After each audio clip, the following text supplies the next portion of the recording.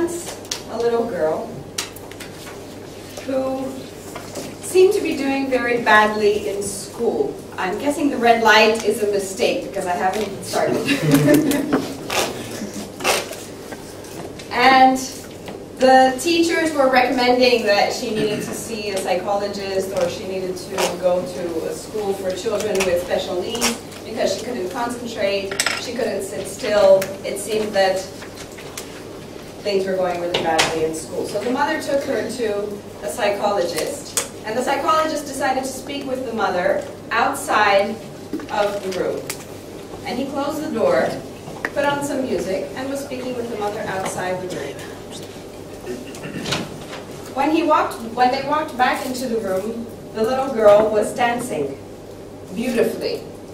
And he looked at the mother and he said, she doesn't need a psychologist, she doesn't need another school, she needs to go to dance school. And her name was Gillian, and she became the choreographer for Cats and for Phantom of the Opera. What a pity if she had been medicated and left in school at that age and not allowed to discover her potential and her creativity. There are similar stories about many famous personalities. You probably know of someone as well. Paul McCartney is one of them. He had music classes in school, and yet he discovered his passion and talent for music while he was playing guitar with his friends. Even though he actually had music lessons in school, he still didn't discover that this was his passion and his way while he was in education. So, what is this telling us about education? And we don't even need to think about famous personalities in order to get good examples of this.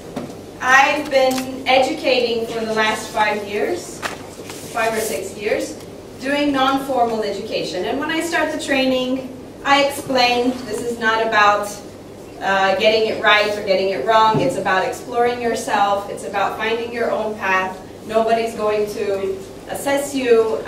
It's experiential. We want you to experience and learn something from the experience. I don't think I need to tell you how many times, even after all of this, people will come to me and ask me if their work is right. They will come to me with an artistic a drawing that they created as part of the activity, and they will ask me, is it good or not?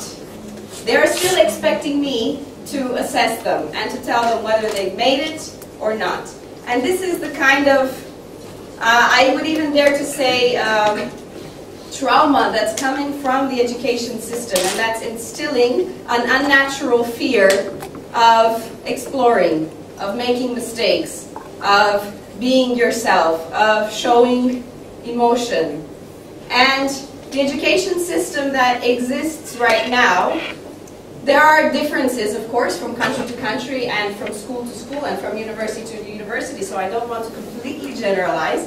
But if I were to generalize, it's rather outdated because it gives a higher status to topics like mathematics and language than it gives to the creative ones, such as music, such as art, such as dancing. And the irony is, when people go then to work in a company or when they come to Toastmasters, what are the skills that you need? You need to be able to be spontaneous. You need to be able to be creative. You need to be courageous. You need to not be afraid of making a mistake.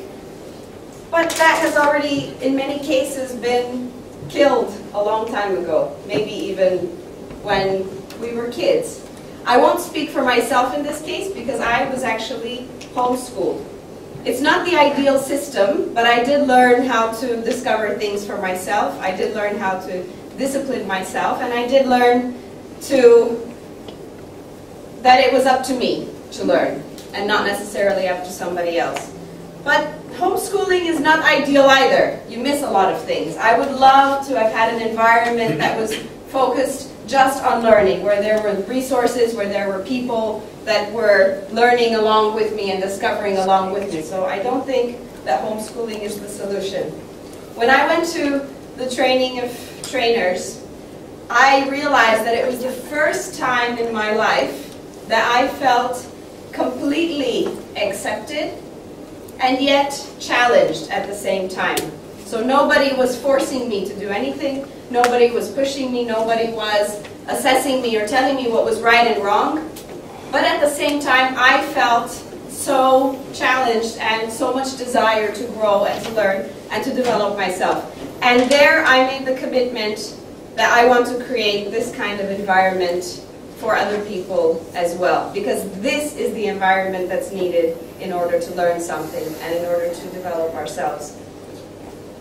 I'm participating in a project which is aimed at creating different free learning spaces for people who are unemployed so that they can discover their path.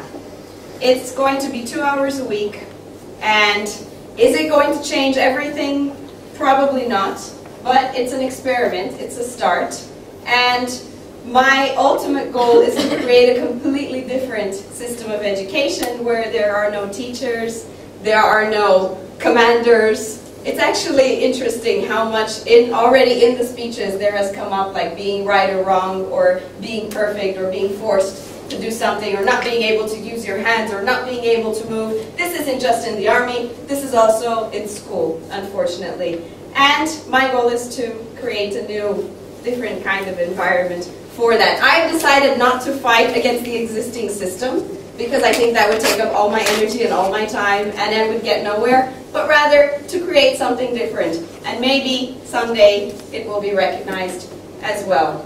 Do you want to join me? Yeah.